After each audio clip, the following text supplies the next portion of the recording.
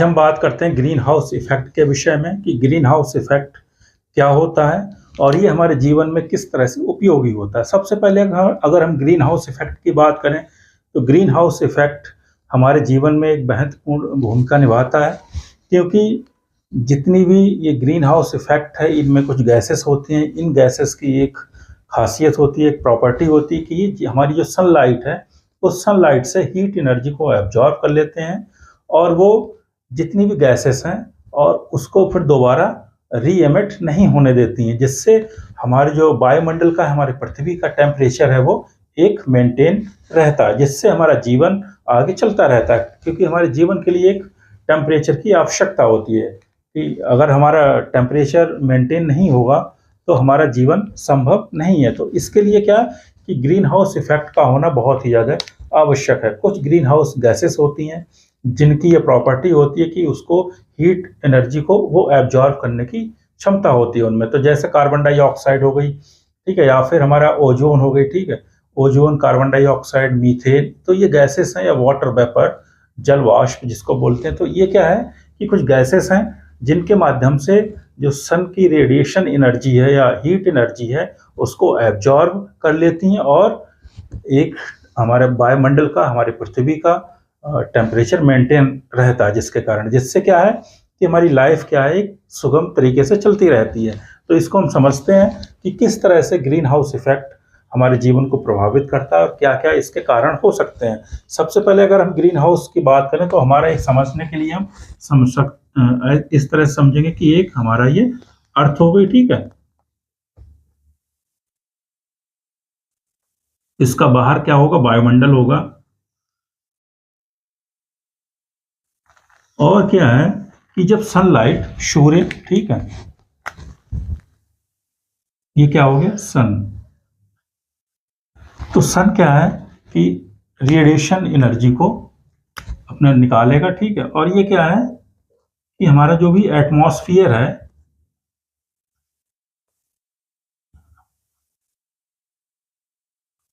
ठीक है, वायुमंडल क्या है, कुछ गैसेस होंगी जिनकी हम बात करें तो कौन कौन सी गैसेस, जैसे CO2 हो गई, ठीक है, या फिर मीथेन हो गई, वाटर वेपर हो गया जिसको हम H2O लिख सकते हैं, ठीक है, वाटर, जल वाष्प जिसको बोलेंगे कार्बन डाइऑक्साइड, मीथेन, या फिर CFC जिसको हम फ्रियोन भी बोलते हैं, ठीक है, कार्बन, क्लोरोफ्लोरो कार्बन हो गई। तो ये क्या कुछ ओजोन, ठीक है, O3। तो ये गैसेस हैं, कौन सी, ग्रीन हाउस गैसेस इनको बोलते हैं। इन गैसों की क्या खासियत होती है कि ये जो भी सूर्य के प्रकाश की जो ऊर्जा होगी, जो भी रेडिएशन एनर्जी होगी उसको एब्जॉर्ब कर लेती हैं और दोबारा इसको रिफ्लेक्ट होने से बचाती हैं, ठीक है, इसको रिफ्लेक्ट नहीं होने देती हैं, इस एनर्जी को, रेडिएशन एनर्जी को, रेडिएशन एनर्जी, ठीक है, इस रेडिएशन एनर्जी को, जो भी हमारी ऊष्मीय ऊर्जा है उस ऊष्मा को क्या है ये रीएमिट नहीं होने देती है, ठीक है, रीएमिट इनका नहीं हो सकता है, ठीक है, इसको रीएमिट नहीं होने देती हैं। तो इससे क्या है कि एक टेम्परेचर मेंटेन रहता है, लगभग कितना, लगभग 33 डिग्री सेंटीग्रेड, जो एवरेज टेम्परेचर है हमारी पृथ्वी का, ये क्या एवरेज, जो एवरेज टेम्परेचर है हमारी पृथ्वी का वो क्या 33 degree centigrade.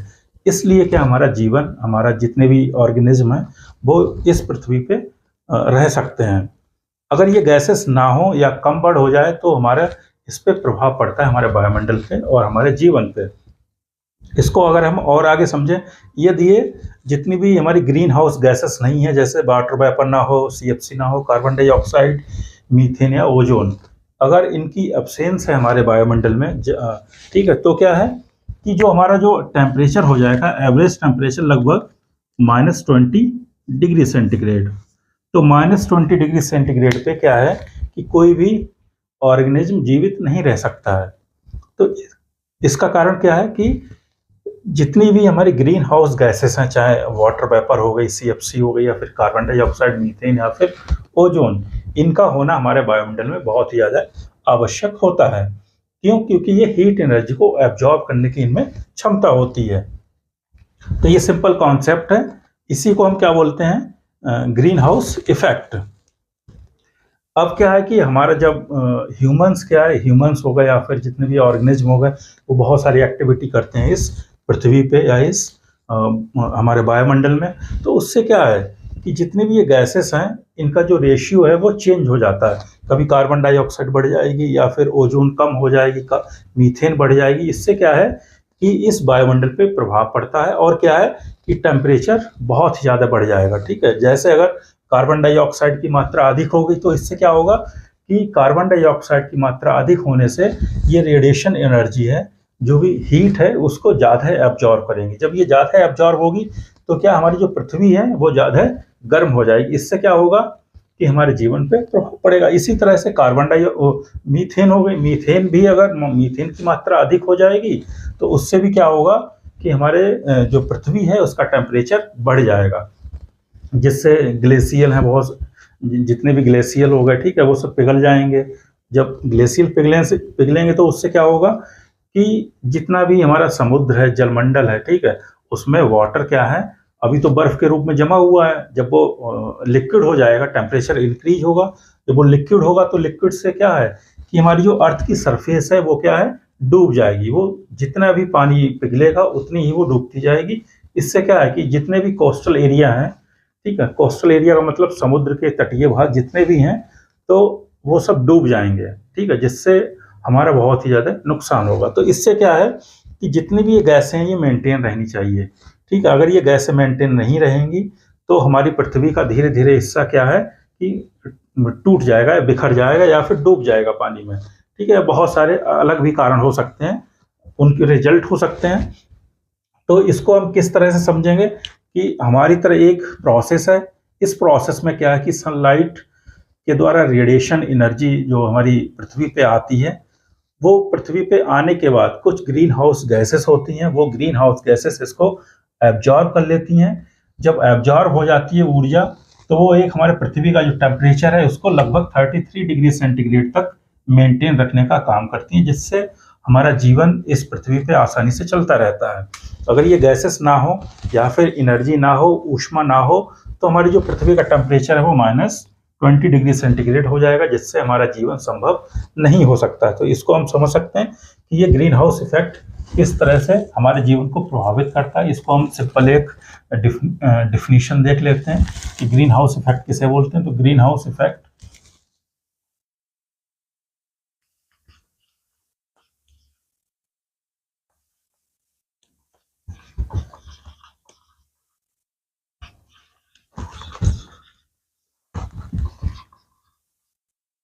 Green house effect is the process by which radiations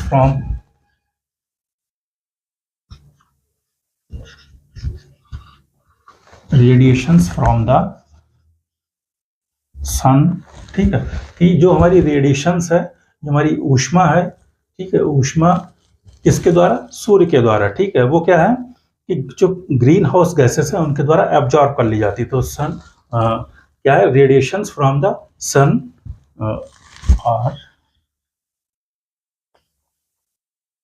absorbed by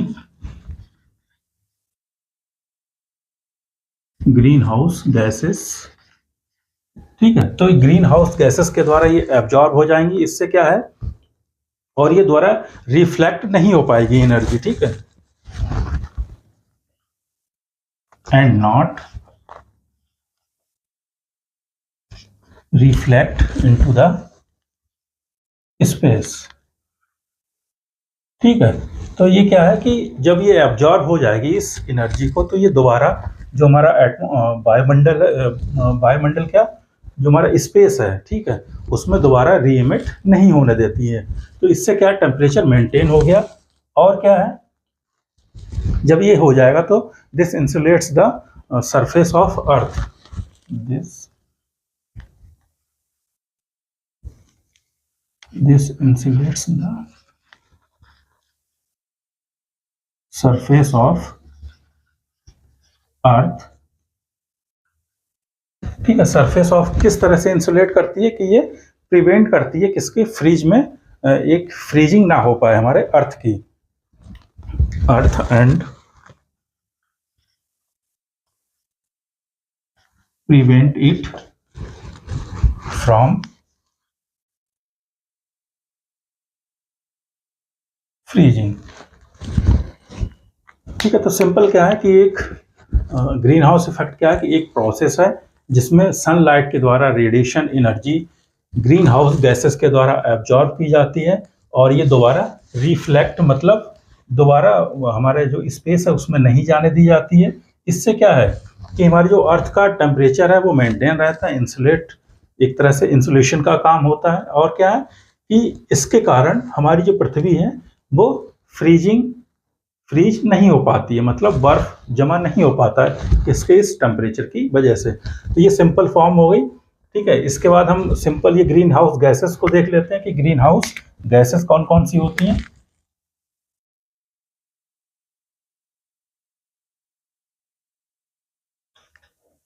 green house gases को देख लेते हैं। अभी क्या क्या बताएं, वाटर वेपर, ठीक है, क्या है,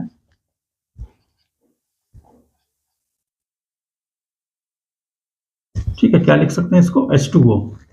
तो वाटर वेपर नंबर 1 हो गया। ठीक है, इसके बाद हमारा कार्बन डाइऑक्साइड जिसको हम CO2 बोलते हैं, मीथेन हो गई, CH4, नाइट्रस ऑक्साइड, ठीक है, एक nitrous oxide, nitrous oxide, N2O, carbon dioxide, nitrous oxide, ठीक है, मीथेन, और क्या है, ओजोन। ठीक है, ओजोन क्या है, O3 है। तो ये क्या है, एक CFC,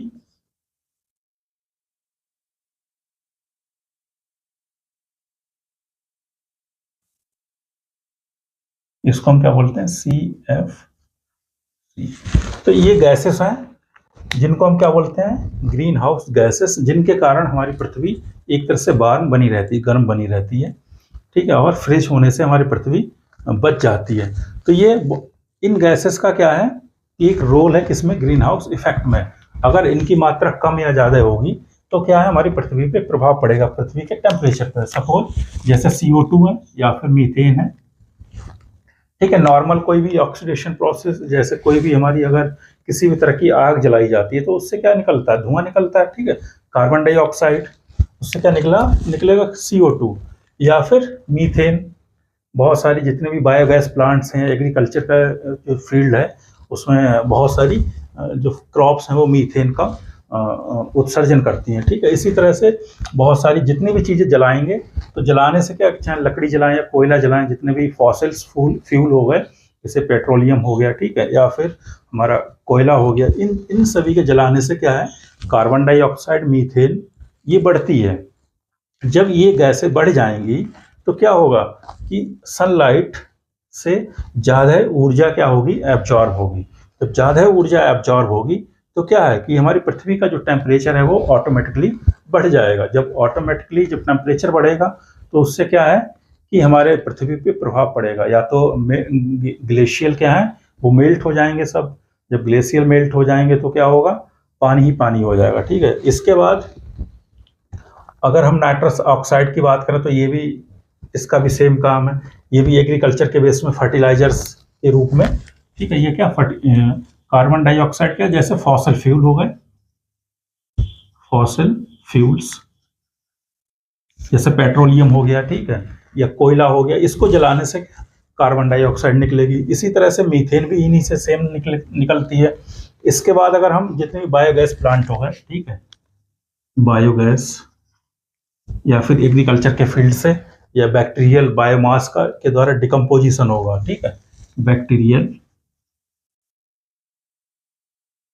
डिकम्पोजिशन।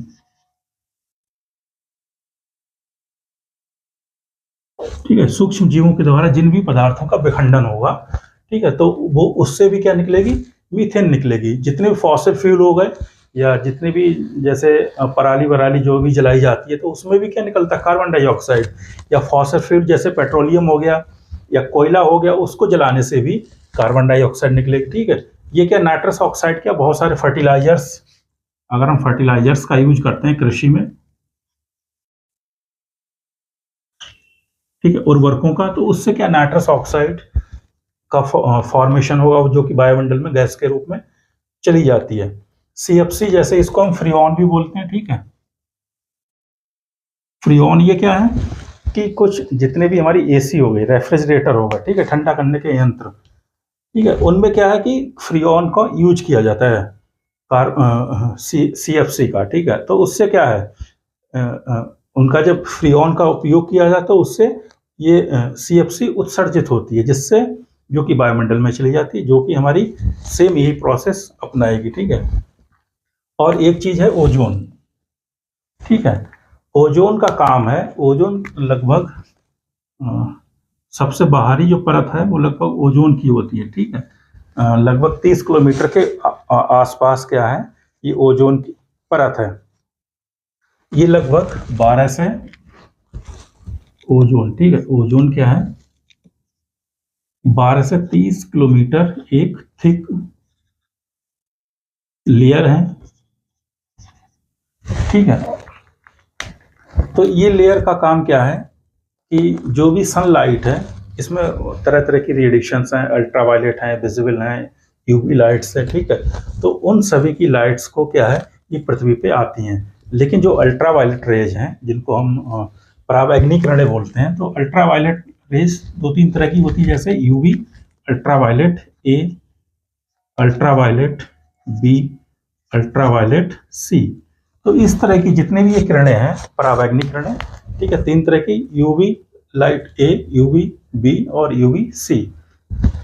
सबसे खतरनाक हमारे जीवन के लिए, हमारे मतलब अगर हम मनुष्यों की बात करें, तो अल्ट्रावायलेट बी रेडिएशन होती हैं। ठीक है, ये भी सनलाइट के साथ हमारी पृथ्वी पे आती हैं, लेकिन ये ओजोन लेयर क्या है, इसको एब्जॉर्ब कर लेती है। लगभग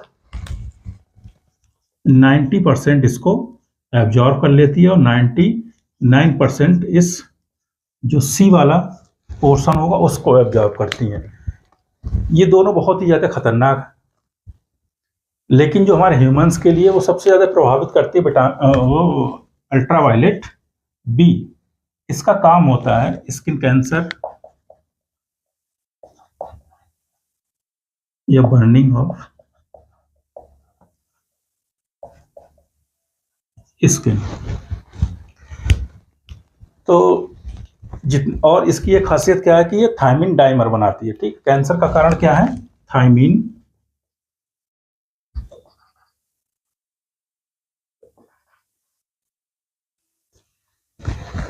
ठीक है, कुछ नाइट्रोजनस बेस होते हैं डीएनए में हमारे, वो डीएनए क्या चेंज हो जाता है, डाइमर का फॉर्मेशन हो जाता है। ठीक है, कि किसका फॉर्मेशन होता है, डाइमर, थायमिन और थायमिन आपस में जुड़ के ये थायमिन डाइमर बनाते हैं, जो कि ये कैंसर का कारण होता है। तो इस तरह से क्या है कि green house gases, green house effect क्या होता है, इसको ग्रीन हाउस गैसेस का क्या रोल है, ठीक है, कौन कौन सी ग्रीन हाउस गैस का क्या काम हो गया। वाटर वेपर, नॉर्मल जो हमारी वाष्प के रूप में जल होता है, उसको हम क्या बोलते हैं, जल वाष्प या वाटर वेपर हो गया।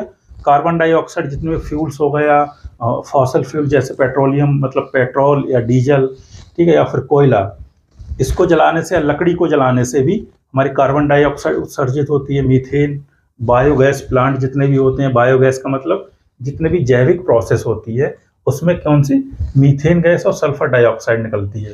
तो मीथेन क्या है, मीथेन का काम क्या है, क्योंकि मीथेन क्या है, एक ग्रीन हाउस इफेक्ट गैस है।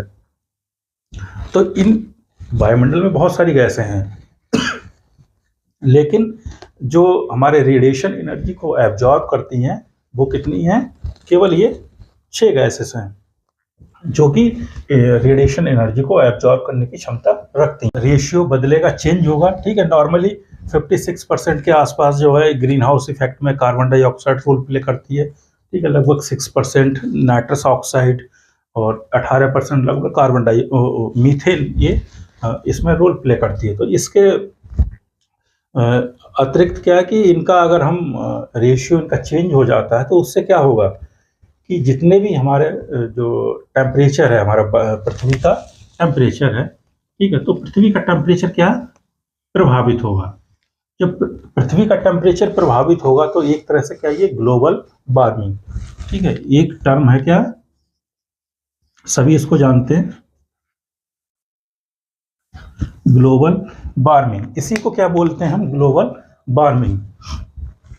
तो हमारा ग्रीन हाउस इफेक्ट क्या है कि डायरेक्ट हम इसको ग्लोबल वार्मिंग से जोड़ सकते हैं, क्योंकि जितने भी ग्रीन हाउसेस गैसें हैं, ठीक है, ग्रीन हाउस गैसेस जितनी भी हैं, ये गैसेस क्या करती हैं, हीट को एब्जॉर्ब करती हैं। जब हीट एब्जॉर्ब हो जाएगी, तो जब हीट एब्जॉर्ब होगी तो क्या टेम्परेचर, ओवरऑल टेम्परेचर इंक्रीज होगा, जिसको हम ग्लोबल वार्मिंग भी बोलते हैं। तो क्या हम कह सकते हैं कि ग्लोबल वार्मिंग या फिर ग्रीन हाउस इफेक्ट के कारण बहुत सारे जो अब प्रोसेस हैं वो चेंजमेंट हो जाते हैं उनमें। जैसे जितना वो हमारा समुद्री कोस्टल एरिया है वो डूब जाएगा या उसमें पानी चढ़ जाएगा, ठीक है, वो सब अस्त व्यस्त हो जाएगा। इसी तरह से अगर हम इसको बचाव चाहते हैं, ठीक है, ग्लोबल वार्मिंग से, या हम ये कहें कि जितने भी हमारा जो अर्थ का टेम्परेचर है उसको मेंटेन रखने के लिए बहुत सारी हम अभिक्रियाएं के द्वारा हम इसको बचा सकते हैं अपनी पृथ्वी को, ठीक है। जैसे बहुत सारे रिन्यूएबल एनर्जी के सोर्सेस या फिर इलेक्ट्रिकल व्हीकल्स, ठीक है, इनसे सबसे क्या होता है, बहुत सारा धुआं उत्सर्जित होता है। जैसे डीजल इंजन हो गया या पेट्रोल इंजन हो गया, कोयला के इंजन हो गए, उनसे क्या होता है, बहुत ही ज़्यादा कार्बन डाइऑक्साइड उत्सर्जित होगी, या फिर मीथेन बायोगैस प्लांट से। तो इनका हम उपयोग कम करके, इनका उपयोग हम कम कैसे कर सकते हैं कि इनकी जगह पे अगर फॉसल फ्यूल जैसे पेट्रोल डीजल इंजन जो भी है, या कोयले से चलने वाले इंजन है, या फिर बायोगैस प्लांट्स हैं, ठीक है, इनकी जगह पे हम क्या यूज करें, इलेक्ट्रिक, ठीक है, इलेक्ट्रिक व्हीकल्स। अगर हम इनकी जगह पे इलेक्ट्रिक व्हीकल्स यूज करें तो क्या हो जाएगा कि इनका उत्सर्जन, इन गैसों का उत्सर्जन कम होगा, जिससे ये मेंटेन बनी रहेंगी, ठीक है। इसी तरह से अगर हम किसानों के लिए कहें तो एग्रीकल्चर में क्या बहुत सारे फर्टिलाइजर्स हैं, उनका उपयोग कम करें, तो उससे क्या नाइट्रस ऑक्साइड उत्सर्जित कम होगी। जब ये गैसों का उत्सर्जन ज़्यादा होता है, उसी से क्या है कि हमारी जो ओजोन लेयर है, ये ओजोन लेयर जो है, जो कि हमें अल्ट्रा वायलेट रेज से बचाने का काम करती है, तो इसकी जो इफिशियंसी है काम करने की, वो भी प्रभावित होगी, वो कम हो जाती है। तो इसको बचाने के लिए हमें इन गैसों का उत्सर्जन कम करना होगा। तो इसकी जगह पे इसके अल्टरनेटिव जितने भी हैं, जैसे हम फॉसिल फ्यूल्स का कम यूज करें, ठीक है, रिन्यूएबल एनर्जी के सोर्सेस को हम अधिक से अधिक उपयोग करें, या फिर जितने भी कार्बन स्टोरिंग व्हीकल्स हैं, ठीक है, या फिर क्या है, फॉरेस्ट, ठीक है, जंगलों को हम लगा सकते हैं, या लकड़ी को हम कम जला के। तो ये सारे क्या हैं कि या सीमेंट मैन्युफैक्चरिंग की जो यूनिट्स हैं, जो इंडस्ट्री हैं, उनको हम कम चलाएं, या उनकी सीमेंट की जगह पे किसी अल्टरनेटिव मटेरियल का यूज करने लगे। तो इससे क्या है, हमारी जो ये ग्रीन हाउस गैसेस हैं ये कम उत्सर्जित होंगी, और हमारा वायुमंडल का टेम्परेचर जो है, वो पृथ्वी का टेम्परेचर हमारा मेंटेन बना रहेगा। इसी तरह से कुछ एरोसॉल्स होते हैं, उनका उपयोग हम कम करें, ठीक है। इससे क्या है कि इन सभी के उत्सर्जन वाले जहाँ जहाँ से भी ये निकलती हैं, जैसे एसी का हम प्रयोग कम करें या रेफ्रिजरेटर का कम चलाएं, तो उससे क्या है कि फ्रीऑन गैस कम यूज होगी, जिससे ये कम उत्सर्जित होगी और कम ही ऊर्जा ये एब्जॉर्ब करेंगी सनलाइट की। तो इस तरह से क्या है कि हम जंगल के माध्यम से या फिर इलेक्ट्रिक व्हीकल्स के माध्यम से इस ग्लोबल वार्मिंग से या फिर ग्रीन हाउस इफेक्ट से, इसके प्रभाव से बच सकते हैं। तो इसके बाद हम कह सकते हैं कि जितने भी ग्रीन हाउसेस गैसेस हैं, या जितने भी ग्रीन हाउस गैसें हैं, ये क्या है कि हमारे प्लेनेट के लिए बचाने का काम करती हैं। किस तरह से, और अगर ये बचाने का काम करती हैं तो हमें काम क्या करना है कि इन गैसों को कम से कम उत्सर्जित होने से रोकना, कि कम से कम ये उत्सर्जन हो इनका। तो ग्रीन हाउस गैसेस के बारे में कह सकते हैं क्या, ये हमारे जीवन के लिए, हमारे लाइफ के लिए बहुत ही ज़्यादा क्रूशियल रोल प्ले करती हैं, ठीक। क्या है green house gases,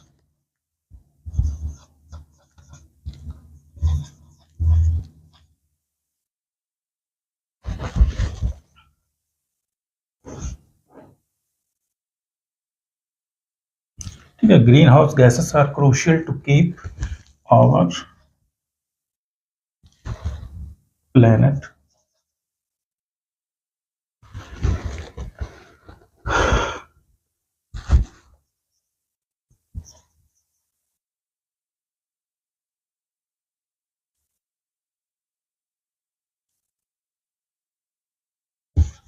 suitable temperature for life।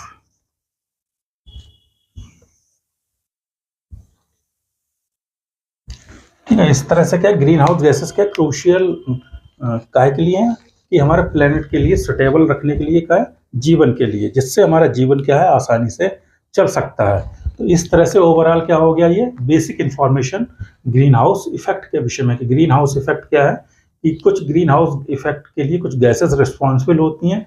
उन गैसों का काम होता है कि जितनी भी सनलाइट है उसको एब्जॉर्ब करना, उस हीट एनर्जी को दोबारा रीएमिट ना होने देना स्पेस में, और एक अर्थ का हमारा टेम्परेचर मेंटेन रखना, जिससे हमारी जितनी भी क्रियाएं हैं, जितनी भी प्रोसेस हैं, वो सारी रेगुलर अच्छे तरीके से चलती रहें। और जब इनमें असंतुलन होगा तो क्या होगा कि हमारी लाइफ असंतुलित हो जाएगी। हमारी जो भी पृथ्वी है उस पृथ्वी का एटमॉस्फेयर चेंज होगा, जिससे क्या है कि हमारा जीवन असंभव हो जाएगा। तो इस तरह से ये ग्रीन हाउस इफेक्ट को हम परिभाषित या समझ सकते हैं।